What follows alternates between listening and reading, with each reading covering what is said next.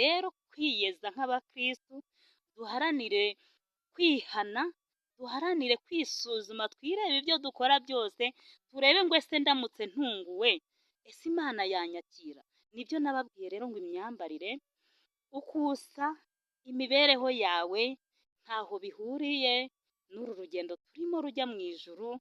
Dukorere isi nk'abayikorera bayivamo, dukorere ijuru nk'abazaritaha. Kristo Yezu akuzwe.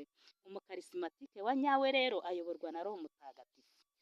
Buri wese afite roho ebyiri zimubyiganiramo, gusa ikibazo kitubaho twebwe ubwacu ni uko twihutira ijwi ryihuta, tukibagirwa ijwi rigenda gakeya, kuko irigenda gake ni irya Roho Mutagatifu, ariko iryihuta ni irya Sekibi, ritubwira ngo ihute ujye aha n'aha, ihute ukora ibi n'ibi.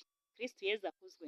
Twumvire Roho Mutagatifu rero, kuruta uko twumvira imibiri yacu, kuruta uko twiyumvira twebwe ubwacu n'irari ryacu ry'imibiri yacu, nuko tuzabona ubugingo buhoraho.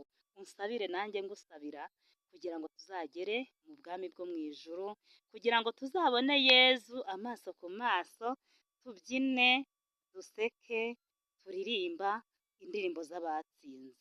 Dusabirane rero, ngaho komeza unsabire nanjye ngusabira, ku izina ry'Imana Data na Mwana na Roho Mutagatifu. Amina. Dusabirane.